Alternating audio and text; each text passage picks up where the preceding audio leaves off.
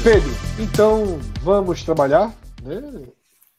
Meia-noite e um, você, pelo contrato, só poderia entrar se fosse de madrugada, tá? Então, traga agora seus números. Você não estava escalado para segunda, então como a gente já está na terça, está autorizada a sua participação. Danilo, Boa já noite, pode jogar pessoal. na tela, tá? As telas aí de Pedro. Seja bem-vindo, Pedro. Léo, daqui a pouco fala. Tá, Valeu, microfone galera. Boa cortado por noite. enquanto.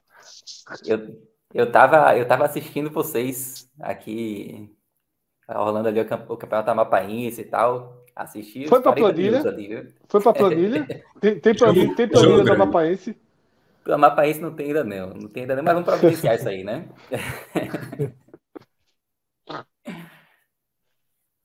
Bom, vamos embora. Pedro, vamos seguir a mesma. A primeira imagem é a mesma da semana passada, né? E eu queria que você apontasse aí, né? O que é que salta aos olhos, né? O que é que chama a atenção aí? Você tem um belíssimo comparativo aí, todas as posições do campeonato desde 2006 para cá, né? Pois é, essa tela aí, Fred, para explicar um pouquinho para quem não acompanhou lá na Série B, né? É, é uma tela que compara as pontuações de cada edição da Série A desde 2006, né, que é quando o campeonato tem 20 clubes e é disputado em pontos corridos. E ele pega cada pontuação e faz a média dessa pontuação, e aí no final a gente tem colunas ali que trazem essa média, trazem também a pontuação mínima de cada posição, a pontuação máxima, e a gente compara com a classificação atual, né? Então, o que é que a gente pode observar aí nessa planilha da Série A? Quem acompanhou a Série B viu que existia uma discrepância um pouco mais Histórica, né? significativa, assim, em relação ao histórico, né? A Série Dos B cinco desse pontos, né? ano, e, pois é, tem aquela questão dos 5 pontos entre o G4 e o quinto colocado. Você via que os times estavam pontuando abaixo da média por conta da questão dos empates também. Essa Série a gente não vê muito isso. É uma tabela um pouco mais condizente, por assim dizer, com a média histórica de cada posição, né? Alguns pontos assim que a gente consegue perceber leves diferenças. O G4 desse ano, ele pontua um pouco abaixo dos anos anteriores. Você tem ali o Palmeiras pontuando um ponto a menos que a média do líder, do Corinthians, que é o vice-líder hoje, pontuando 2 pontos abaixo da média, e se repete com o Fluminense também, e com o Atlético Mineiro, que pontua um ponto abaixo da média. A partir daí, a partir do Atlético Paranaense, a gente vê uma sincronia maior entre a história, né, a média histórica das posições e a classificação atual. Isso segue até o final da tabela, né? A Série B está tudo vermelhinho, nessa parte aí do quinto até o 13º, 14º, e nessa aí tem alguns pontinhos brancos, né, que é quem está exatamente na média, tem um pontinho vermelho, que é quem está um ponto abaixo da média ali, e o Inter pontuando um pouco acima da pontuação histórica do sétimo colocado. Então, esse meio de tabela, ele está bem dentro da média. Agora, tem algumas observações aí mais próximo à linha do rebaixamento. Você tem Avaí e Cuiabá. O Avaí é o primeiro time ali fora do Z4 hoje. Tem 21 pontos.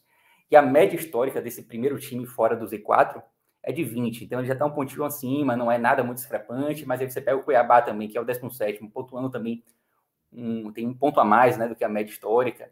Então, esse corte do Z4, que fica ali entre o 16º e o 17º, ele está um pouquinho acima da média histórica, né?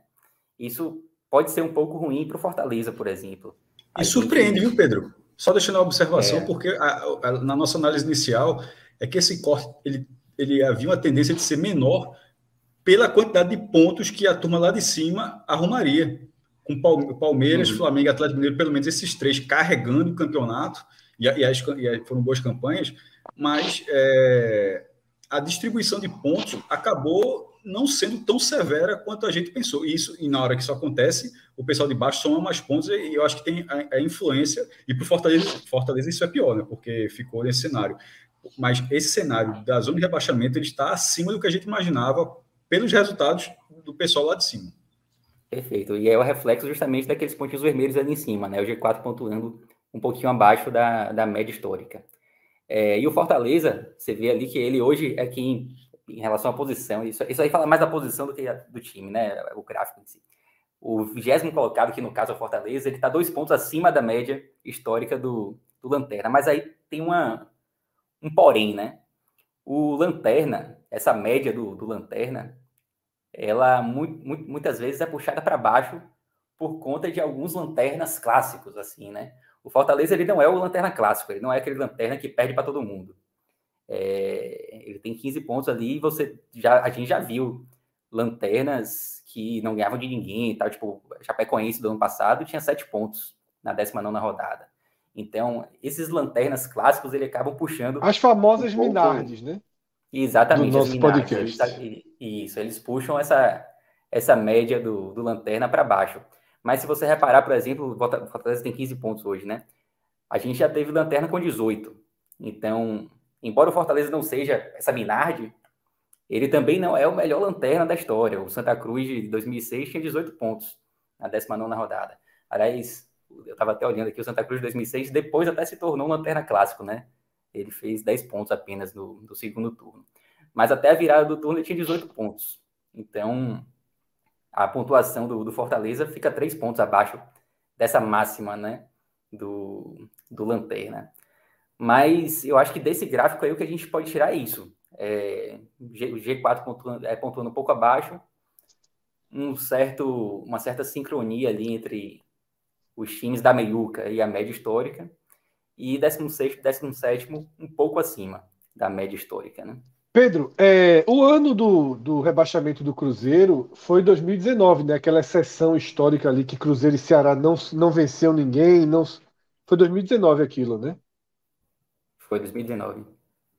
E aí chama a atenção porque realmente você tinha uma zona de rebaixamento mais enfraquecida naquele ano, né? Então, eu estava, né, nas coisas que eu digo, né, que tem o lead, onde é que está o lead, né? O que me chama a atenção, porque parte da esperança do Fortaleza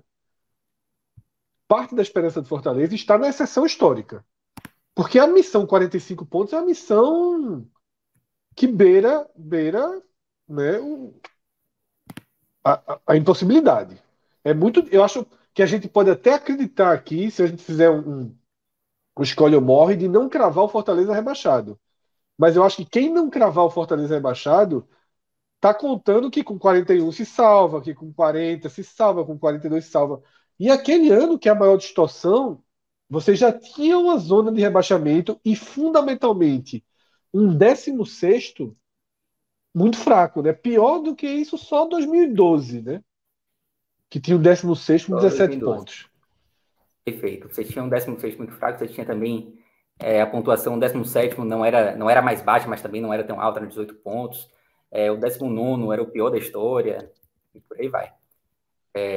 Você tinha, só trazendo aqui esse Z4 de 2019, a gente tinha o Cruzeiro com 18, CSA com 16, Chapecoense 14 e Avaí 13.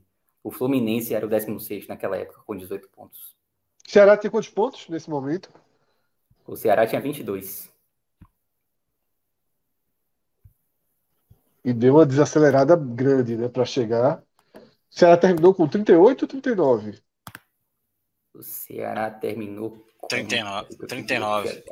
17 pontos, né? Ele fez. Exatamente. Campanha ainda foi melhor do que esse primeiro turno do Fortaleza, né? Uhum. Você vê que o Cruzeiro, que era o 17º, ele nem estava assim tão fora da média. Ele estava um pouquinho. Isso. Vamos lá, tinha 16 pontos em 2012. Mas ele acabou com 36 pontos, né? Então foi uma pontuação bem baixa, assim. Dobrou, né? Dobrou, né? 18, né? Foi certinho ali. Foi regular, né? Foi então, regular. Ô Pedro, a gente pode dizer que uma das esperanças do Fortaleza de ter um ponto de corte, eu nem vou dizer abaixo dos 45, mas ali abaixo de 43, 44, ela a gente não enxerga um desenho para isso, né? Nesse momento. Vamos lá. É um ponto abaixo da média histórica, né? Não é tanto assim também, né? Então, mas a média histórica a média histórica é 43, 44, né? Isso, perfeito. Mas nesse momento... Porque o 45 é muito simbólico, né? Eu já venho dizendo isso há algum tempo. 45 virou uma coisa meio... Ó, vamos lá, tipo, pegando aqui o FMG. Eles dão aqui hoje 45 pontos, 3% de chance de rebaixamento. Então, uma chance baixa. Com 44, essa chance já sobe para 10, e aí a gente vai para 24 com 43, e 42 já está indo para 44. São pontuações, se a gente que é comparar mais com a ou Série menos B, o por que eu exemplo, acho que é o teto para Fortaleza considerar. Esses 42 aí. Pois é. Aí se a gente pegar a Série B como exemplo, 42 pontos na Série B já dá 30% de chance de rebaixamento, né? Na Série A a gente está com 44. Então, é justamente por essa pontuação um pouco superior à média que a gente tem uma chance maior de rebaixamento na Série A. Tem os outros gráficos para a gente ir acompanhando. Vamos seguindo. Alguém tem algum comentário? Alguém tem algum comentário? Imagens de dor e sofrimento para mim, isso aí, véio. Pelo amor de Deus. Porque o Gabriel Almeida tá perguntando aqui no chat, né? O que o torcedor do Fortaleza tem que se apegar? Eu falo para todo mundo, né? Se você tem fé, se apegue, porque é o que sobrou. É o imponderável e apenas isso, porque pelos números é desesperadora a situação. Desesperadora. Eu vou responder. É contra a história, é contra a história, Fred. Assim, contra a história. A história diz, ó, o Lanterna, do primeiro turno, nunca escapou, e com 15 pontos, só 2 times escaparam. Um deles foi campeão brasileiro no outro ano, e o outro foi vice-campeão brasileiro no outro ano. Aí, o Fortaleza, nesse momento, ele está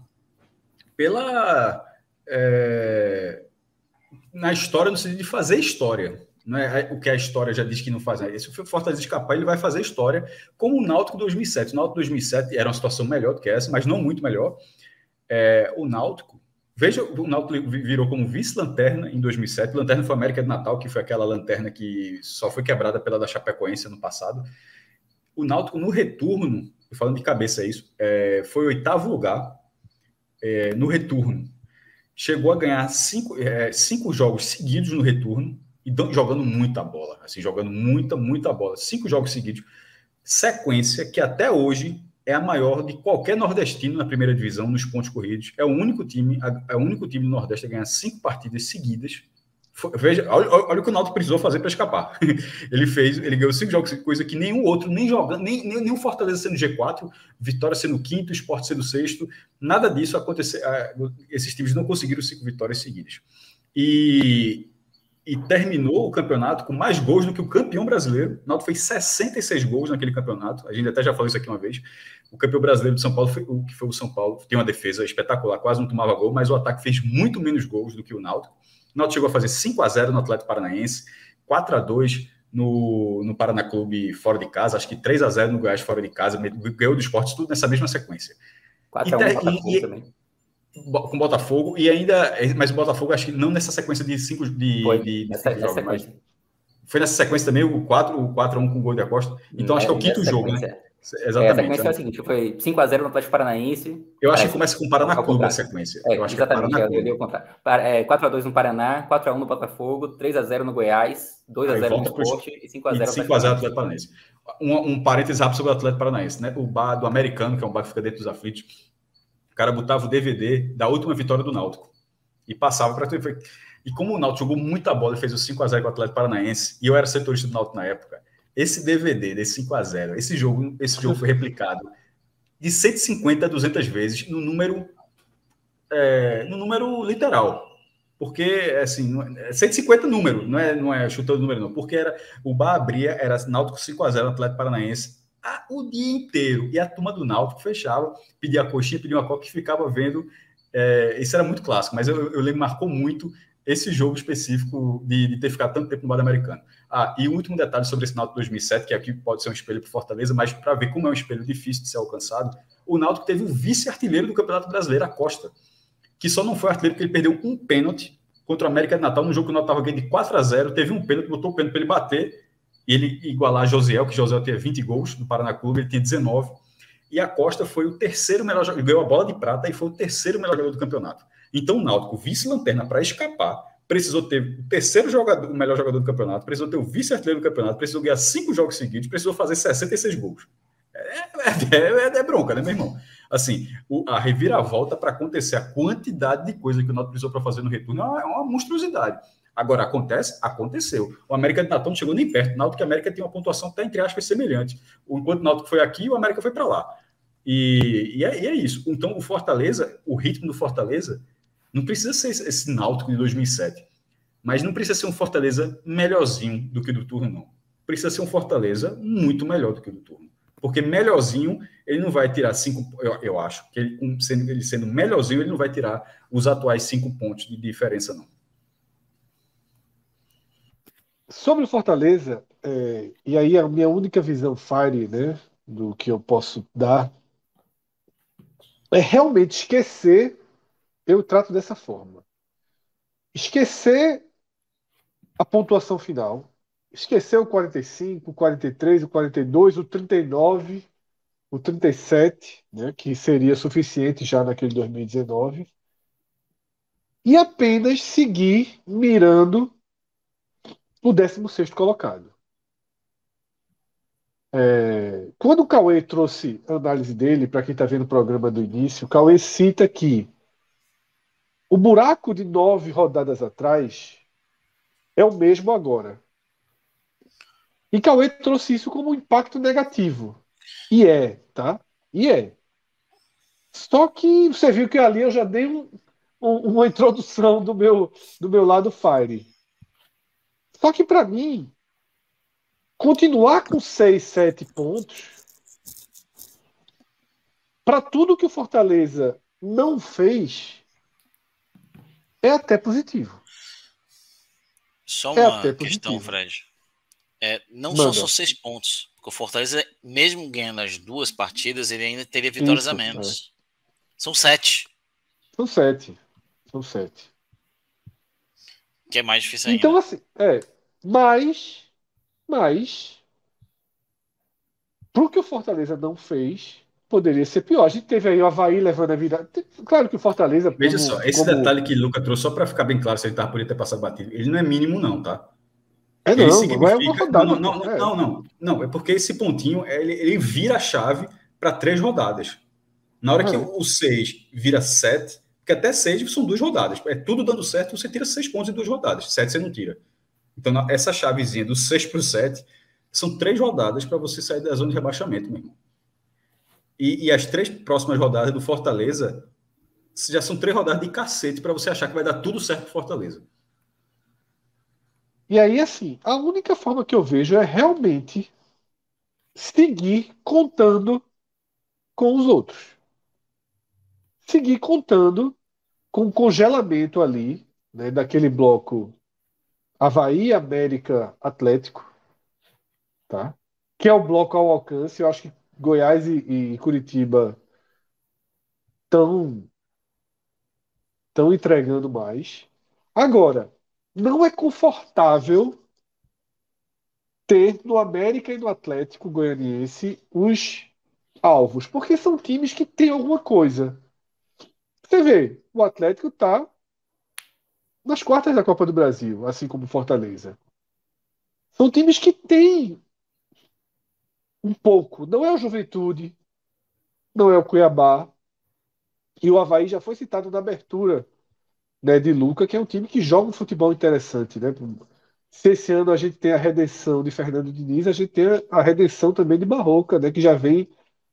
Assim como o Fernando Diniz, né? Não é o primeiro bom trabalho, o trabalho do São Paulo foi um bom trabalho, né? Ganha um amadurecimento e Barroca, por outros caminhos, também demonstra isso. Então, assim, o Fortaleza, para mim, é realmente a questão de ficar sempre, rodada a rodada, tentando pontuar e assistindo os jogos desses times como se fossem jogos do Fortaleza. Sabe? O Avaí Flamengo é para comemorar os gols de Pedro como se fossem gols de Silvio Romero, que não faz gol em brasileiro, né? Mas, então, como se fossem gols de Moisés. Porque são tão importantes quanto nesse momento. Eu acho que o foco para mim é esse, é você contar com os adversários. Senão, não escapa. Eu acho que pelas próprias forças, mirando 45 pontos, eu não acredito realmente que o Fortaleza vai ser capaz de chegar. Agora, não duvido de um congelamento ali dos adversários. Fala comigo. Mas precisa também, Fred, nessa sequência assim, aqueles recortes que às vezes que a gente gosta de fazer de 5 jogos. Se você vê esses recortes de 5 e 5 jogos, o melhor recorte que o Fortaleza teve de somatório de pontos foram 8 pontos. 8 de 15. Foi o melhor. Aí teve também, numa sequência, foram 7 pontos. Mas não são pontos suficientes para que você retire essa distância.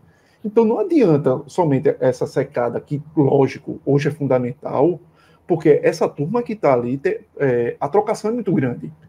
Acho que tirando o Juventude, o resto está ali em cima, há uma trocação. Você, quando vê sempre aqueles 5 últimos jogos ali, você não vê a turma fechando tudo vermelhinho, não.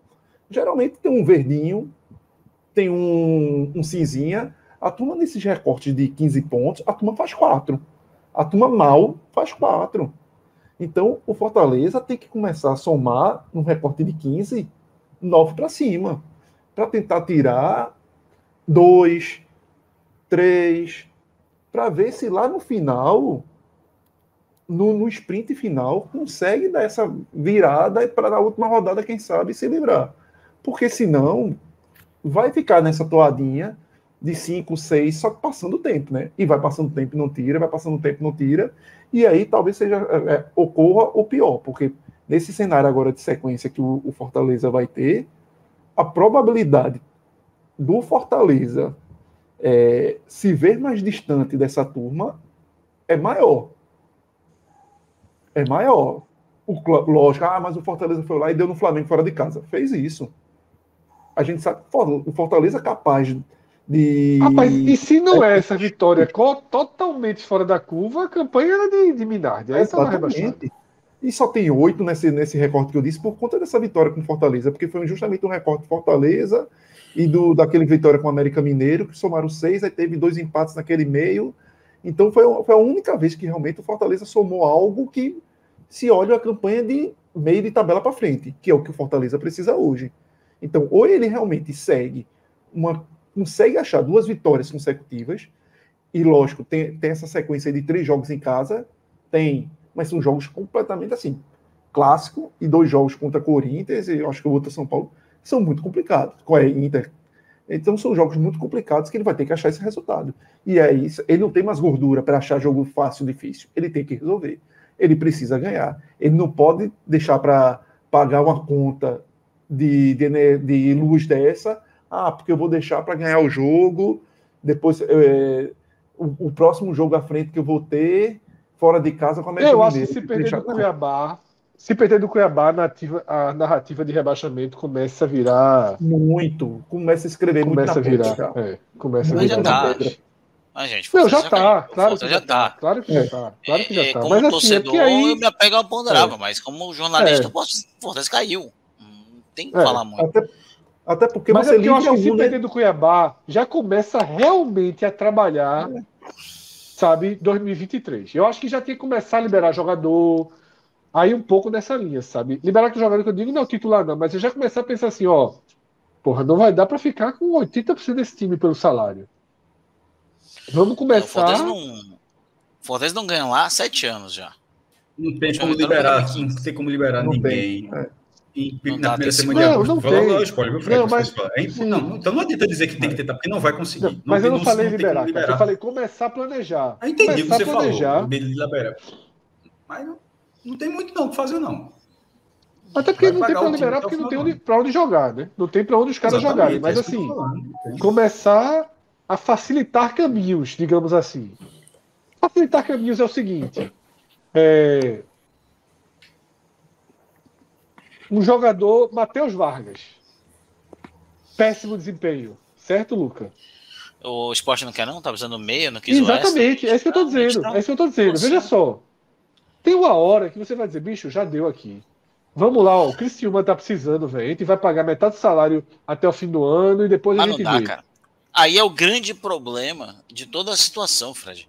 O Fortaleza ele paga muito acima do mercado para alguns jogadores. Paga muito. Cara, não tem condição. Do Fortaleza tá pagando 75 pau, vamos dizer assim, para metade do salário do Matheus Vargas, cara.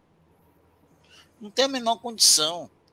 o desnível de salário de uma Série A para uma Série B é muito grosseiro. E o Fortaleza ele montou um elenco com muitas peças medianas, pagando muito caro, cara. O torcedor do Fortaleza ele demorou um pouco para entender, mas agora ele está entendendo, ele está desesperado, que ele talvez não entendesse o tamanho do rombo que o Fortaleza se enfiou caso ele seja rebaixado.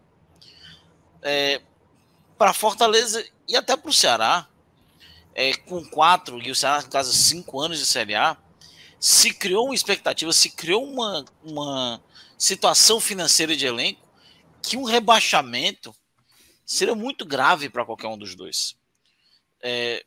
Muito, muito grave mesmo, porque criou-se uma estrutura. E aí isso que você falou. Financeira. Isso que você falou é o roteiro do futebol do Nordeste. Mas é importante, é muito importante, primeiro, a consciência de Luca ter falado isso, porque é impressionante como nenhum torcedor de clube que passa por isso acha que o seu clube é diferente. Que o seu clube é igual. Todos acham que o seu clube é o único que passará ileso a esse processo. Que o Fortaleza, dando um exemplo, que assinando um contrato de milhões com o Kaiser, que o Fortaleza, se for rebaixado, ele não vai ter problema nenhum em pagar esse contrato ano que vem. Que não vai ter nada, que não vai ter com isso, que não vai ter problema de qualquer outra aquisição. Veja só, essa dificuldade, ela é natural, é uma eterna discussão. Agora, que Ceará e Fortaleza têm as finanças muito, dentro do que a gente analisa aqui, muito mais organizadas do que aqui o Sport tinha, e do que o próprio Bahia teve, porque o Bahia tem muita dívida, o Bahia deve 200 milhões, era um clube que parcelou as dívidas, mas continuava devendo muito, e Ceará e Fortaleza não deve pouquíssimo, na verdade, em relação à escala de dinheiro que a gente 32 e 26 milhões. Não, veja, para um clube que fatura 100, deve 30, não deve nada, na verdade. O outro deve... Mas é o problema, se cai, deixa de faturar 100 milhões. Não, mas tem diferença. E quando o Sport caiu devendo 200, o Bahia caiu devendo 200, ou seja, a dívida de Ceará e Fortaleza seria a grande diferença no cenário de rebaixamento. Essa seria a diferença. Mas o problema dos contratos enormes, que ao você passar anos na primeira divisão, você vai se fortalecendo, você vai acreditando. É a mesma coisa, pô. O Sport 2018 são 5 aninhos ali, o Bahia passou 5 anos, o Ceará 5 anos, o Fortaleza 4 anos, ou seja, você não quebra no primeiro ano. Você vai montando o time, em algum momento aí você vai se organizando aqui, aí você começa a fazer contratos, porque você vai se estabelecer na primeira divisão, você vai fazendo vínculos de primeira divisão. Aí tu vem uma paulada dessa, que é ser rebaixado e não ter receita nenhuma. Acontecendo isso, é muito difícil não ter um grande problema no que vem. E repito, aí todos do Bahia, não, o Bahia, o Sport falava, você torceu porque o Sport quebrou, do Bahia vai. Quebrou, meu irmão. O Bahia se arrombou também. A dificuldade foi a mesma? Não foi a mesma, mas muita dificuldade. O orçamento caiu pela metade. Como? O orçamento caiu pela metade, o orçamento do Bahia. Caiu pela metade e com a dívida de mais de 200. Ceará e Fortaleza não teriam esse problema, mas teriam muitos problemas. Mas tem uma coisa que Ceará e Fortaleza não tem na frente de Bahia e Sport. O Ceará tem até um pouco melhor, o Ceará nessa situação. É a questão da estrutura como clube, entende?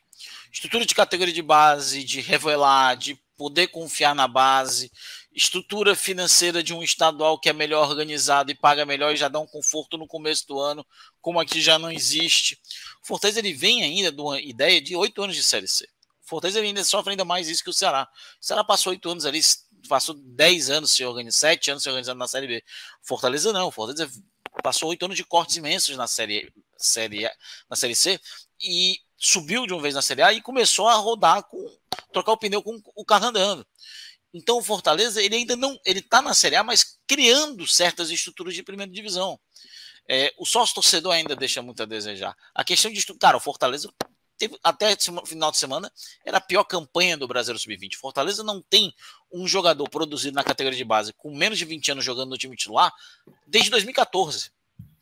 O Fortaleza tem um jogador cearense em todo o elenco nessa temporada. O Fortaleza não produz jogador. O Fortaleza ele não tem uma estrutura de clube como, por exemplo, o Sport, apesar de toda a crise, o Bahia, apesar de toda a crise financeira, eles passaram décadas construindo. Claro que não é só isso. Pode vir um bom trabalho, pode subir no primeiro ano e tudo acabou. Mas que isso dá uma tranquilidade de trabalho muito maior.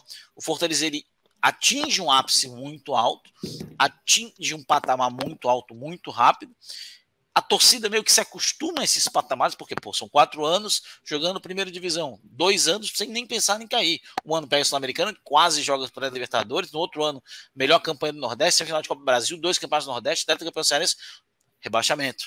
Existe uma quebra aqui de expectativa para o torcedor do Fortaleza, que ele sente, ele para de falar, e aconteceria em qualquer time do Nordeste.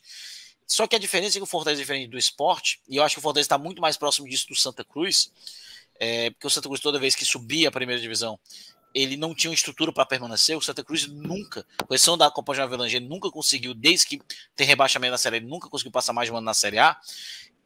E muitas vezes ele caía direto para a Série C, porque ele não tinha essa estrutura. E o Fortaleza tem uma estrutura financeira muito mais organizada, mas que seria colocado muito em xeque em caso de rebaixamento. Porque são 100 milhões a menos numa temporada de gasto. Cara, 100 milhões é muita coisa. 100 milhões só te vão falar de direito de transmissão. Eu não tô falando, fora patrocínios que caem demais, fora jogadores que não querem vir, fora sócio, venda. Cara, 100 milhões. Tem algo que não se calcula fácil, que é assim, a curva negativa. E aí eu vou dar um exemplo, Luca. Léo, já tá liberadíssimo, tá, Léo? Mas assim, só para não perder o gancho do maestro, esse debate era muito presente no Clube 45, assim, sempre foi. A torcida não ter a noção da queda. E eu acho assim que existe uma diferença muito grande assim no próprio debate. Eu acho que a torcida tem muito a ideia do que o Luca falou, de saber a queda. O problema é que o debate sempre chegava com o viés de se cair, vai aparecer se está devendo. Porque, assim, Bahia e Sport, além da queda da receita, caíram devendo no próprio ano. Assim, coisa que dificilmente acontecerá com Ceará e Fortaleza. Não só, assim, a questão de terem menos dívidas, isso já é um ponto de diferença enorme. O balanço é positivo. O balanço. Fortaleza ganhou muito dinheiro na Copa do Brasil, que ajuda também a qualquer. E Libertadores. E dificilmente cairão com dívidas do próprio ano. Ou seja, ali vão cair zerado, com a dificuldade, que já é enorme, de renegociar contratos, de enxugar, de readequar finanças, e que já é muito difícil. Mas não contar com um passivo vigente já do próprio ano de rombo, já acho que já ajuda mais. Mas não, e outra coisa, eu acho que, Léo, eu acho até que é muito mais importante que mesmo que caísse com um passivozinho, tá? Porque também não ia ser um rombo de 50 milhões. Mas passivozinho de 8, de 10, de 12. O que eu acho assim, o todo de dívida dos dois clubes é muito pequeno. Então, assim, vou falar da forma mais grosseira possível. Tem muita margem para fazer merda ainda. Tem que errar muito para chegar na situação que o Bahia e fundamentalmente o Sport, porque o Sport até deve menos que o Bahia no todo, mas a dívida do Sport é tudo a curto prazo, tudo batendo na porta. Curto né? prazo. Tem algumas análises assim, tem a hora que analista, alguns consideram coisa X dívida, outros não consideram coisa Y dívida. Eu diria que a dívida do Sport passou do Bahia. Mas ainda se seria pouco, mas é uma dívida que na verdade é muito maior do que a do Bahia, porque é de curto prazo. Curto prazo são pendências até 12 meses. Aí você não tem condições de pagar 12 meses. Né? A do Bahia não inviabiliza o Bahia. É o seguinte, a do Bahia não inviabiliza o futebol do Bahia em nada. A do Sport inviabiliza o clube dia após dia.